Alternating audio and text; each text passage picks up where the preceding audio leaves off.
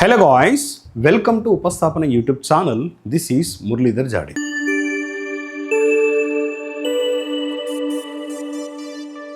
So మనం పీజీసీఎల్కి సంబంధించినటువంటి diploma training question paper మనం డీటెయిల్గా ఎక్స్ప్లెనేషన్ జరుగుతుంది.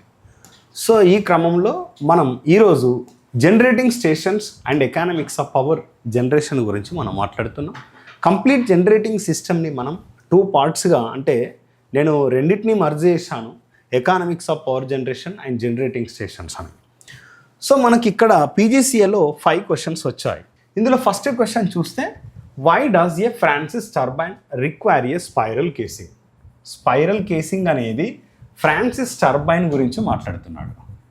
ఫ్రాన్సిస్ టర్బైన్ అనేది suitable for high head. First basic information, high హెడ్కి సూటబుల్, హై హెడ్. అండ్ అదేవిధంగా ఇది చూడండి, లో డిశ్చార్జ్ అంటే low speed, high head low speed.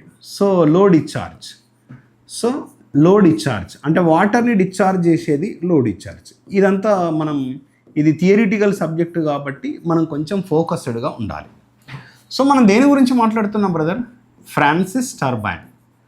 So ఈ ఫ్రాన్సిస్ టర్బైన్కి మనం ఒక స్పెషల్ అరేంజ్మెంట్ అనేది ప్రొవైడ్ చేస్తాం. దాని పేరు వచ్చి స్పైరల్ కేసింగ్. దీన్ని డయాగ్రామ్ కనుక మీరు చూస్తే మీకు క్లియర్గా అర్థమవుతుంది. యాక్చువల్గా స్పైరల్ కేసింగ్ యొక్క ముఖ్య ఉద్దేశం ఏంటంటే, వాటర్ ఏదైతే డిశ్చార్జ్ చేస్తుందో ఆ వాటర్ని అంటే ఎగ్జిట్ చేసే వాటర్ అనేది యూనిఫామ్ రేషియోలో ఎగ్జిట్ కావాలి. ఎందుకు? మెయిన్ ఇంటెన్షన్ ఏంది అని అంటే, ఎఫిషియన్సీ ఇంక్రీజ్ చేయడానికి మనం ఈ స్పైరల్ కేసింగ్ అనేది వాడతాం. ఎఫిషియన్సీ ఇంక్రీజ్ చేయడానికి, ఎఫిషియన్సీ ఇంక్రీజెస్. ఎఫిషియన్సీ ఎందువల్ల ఇంక్రీజ్ అవుతుంది అని అంటే, యూనిఫామ్తోని వాటర్ అనేది డిశ్చార్జ్ చేయడం. To increase the water pressure, no to store excess water, store చేయడానికి ఉపయోగించాం. టు ఈవెంట్లీ డిస్ట్రిబ్యూట్, ఈవెన్లీ అంటే uniformly distribute water flow to the vanes, to the vanes. So గుర్తుపెట్టుకోండి, option C is only the correct answer. Next question.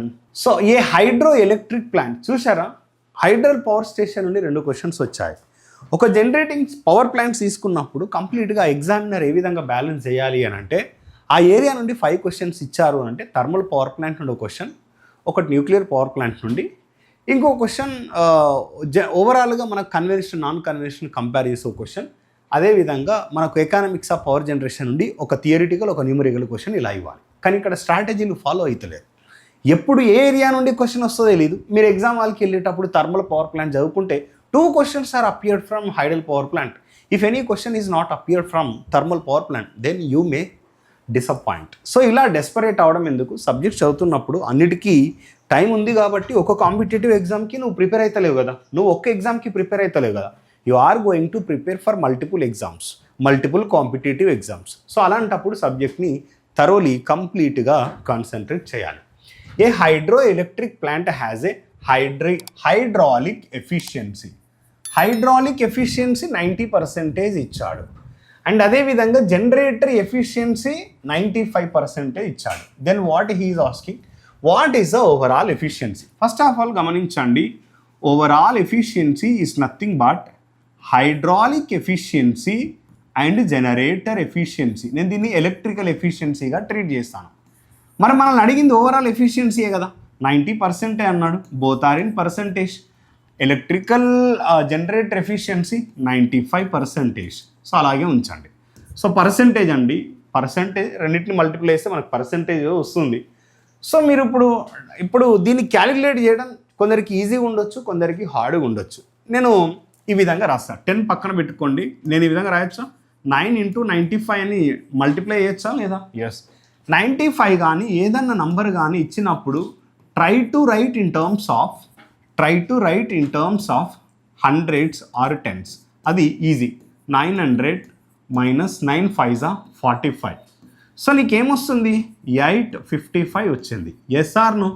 855. Calculation కూడా ఇది 855 కదా. ఇప్పుడు నీకు వచ్చింది పర్సంటేజే, కానీ నీకు పర్సంటేజ్లోకి కన్వర్ట్ చేయాలి అని అంటే నువ్వు 100తోని మనం ఇక్కడ డివైడ్ చేస్తే 0 0 గయా. సో నీకేమొస్తుంది? 85.5%. Clear or not?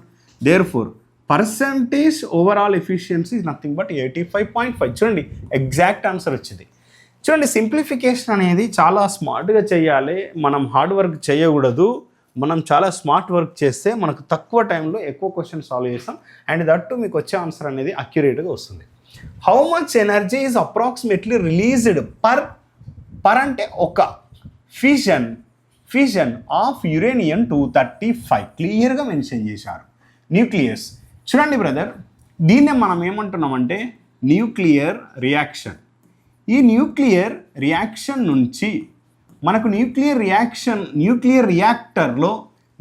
రియాక్షన్ని ఇంట్రడ్యూస్ చేయబడింది న్యూక్లియర్ ఫిషన్. సో ఈ న్యూక్లియర్ ఫిషన్ యాక్చువల్గా మనకు ఫ్యూజన్ ఉంటుంది.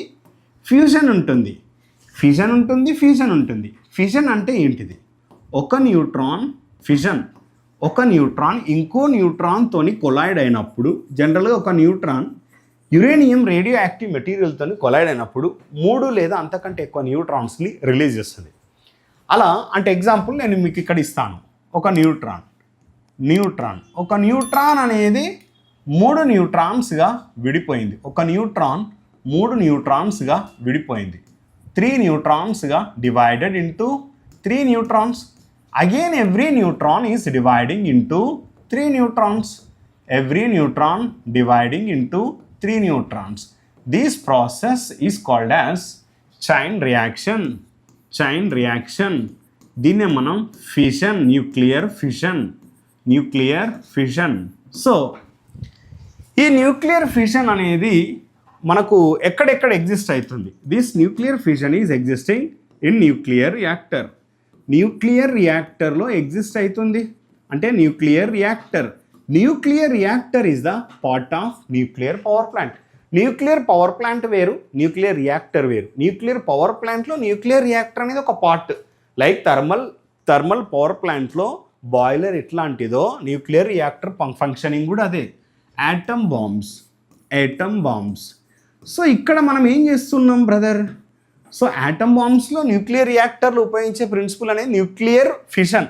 అంటే దీన్నే మనం ఒక న్యూట్రాను 3 న్యూట్రాన్స్గా విడిపోతుంది. అలా విడిపోయే ప్రక్రియని మనం ఏమంటున్నాం? న్యూక్లియర్ ఫిషన్ అంటున్నాం. సో 2 లేదా అంతకంటే ఎక్కువ న్యూట్రాన్స్ కలిసి ఒక న్యూట్రాన్గా ఏర్పడితే దాన్ని మనం న్యూక్లియర్ ఫ్యూజన్ అని అంటాం. దీన్ని కేంద్ర విచ్ఛితి అంటాం. న్యూక్లియర్ ఫ్యూజన్ని కేంద్ర సంలీనం అని అంటాం తెలుగులో. సో ఇక్కడ మరి ఆ రియాక్షన్ చూద్దాం. ఒక న్యూట్రాన్ ఇక్కడ నేను యురేనియం 92 యురేనియం 235. సో రియాక్షన్ జరిగినప్పుడు మనకు వచ్చే రిజల్టెంట్ బేరియం, అదేవిధంగా క్రిప్టాన్ ప్లస్ 3 న్యూట్రాన్స్ రిలీజ్ అయినాయి. అదేవిధంగా 200 మిలియన్ ఎలక్ట్రాన్ వోల్ట్ అనేది రిలీజ్ అయింది. So this is nothing but electromagnetic radiation. గుర్తుపెట్టుకోండి, ఎలక్ట్రోమాగ్నెటిక్ రేడియేషన్. మరి ఎలక్ట్రోమాగ్నెటిక్ రేడియేషన్ ఏముంది? ఇట్ ఎమిట్స్ అంటే radiation. It emits, it releases or it radiates alpha beta రేస్ని release చేస్తుంది. నీకు రిలీజ్ అయిన ఎనర్జీ ఎంత అండి? 200 మిలియన్ ఎలక్ట్రాన్ వోల్ట్. నీకు రిలీజ్ అయిన ఎనర్జీ ఎంత? 200. 100 కాదు, 10 కాదు, 200. Option C is the correct answer. Relevant information కూడా నేను ఇస్తున్నాను, చూసుకోండి. ద యావరేజ్ డిమాండ్ అంటే యావరేజ్ లోడ్. చూడండి, demand is also called as load. Careful, demand is also called as load. Average demand of a power plant is casually direct formula అండి. Average load, average demand is nothing but so total energy generated by power plant ఎంతైతే energy generate చేసిందో energy generated by total time. For example నేను ఒక రోజుకు తీసుకున్నాను అనుకో, the energy generated in a day or per a day by 24 hours. Total number of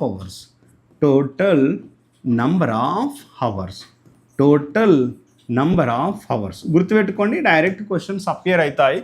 so దీన్ని చూసుకొని మనం total energy generate by number of hours. Option B is the correct answer. So economics of power generation నుండి కూడా ratios డైరెక్ట్గా అడుగుతున్నారు, even numerical కూడా అడిగే chance ఉంటుంది. సో ఇక్కడ చూడండి ఒక న్యూమరికల్ వచ్చి బ్యూటిఫుల్ బ్యాలెన్సింగ్, ఈ ఎకానమిక్స్ ఆఫ్ పవర్ జనరేషన్లో మంచి బ్యాలెన్సింగ్, ఒక న్యూమరికల్ ఇచ్చారు, ఒక థియరిటికల్ క్వశ్చన్ ఇచ్చారు.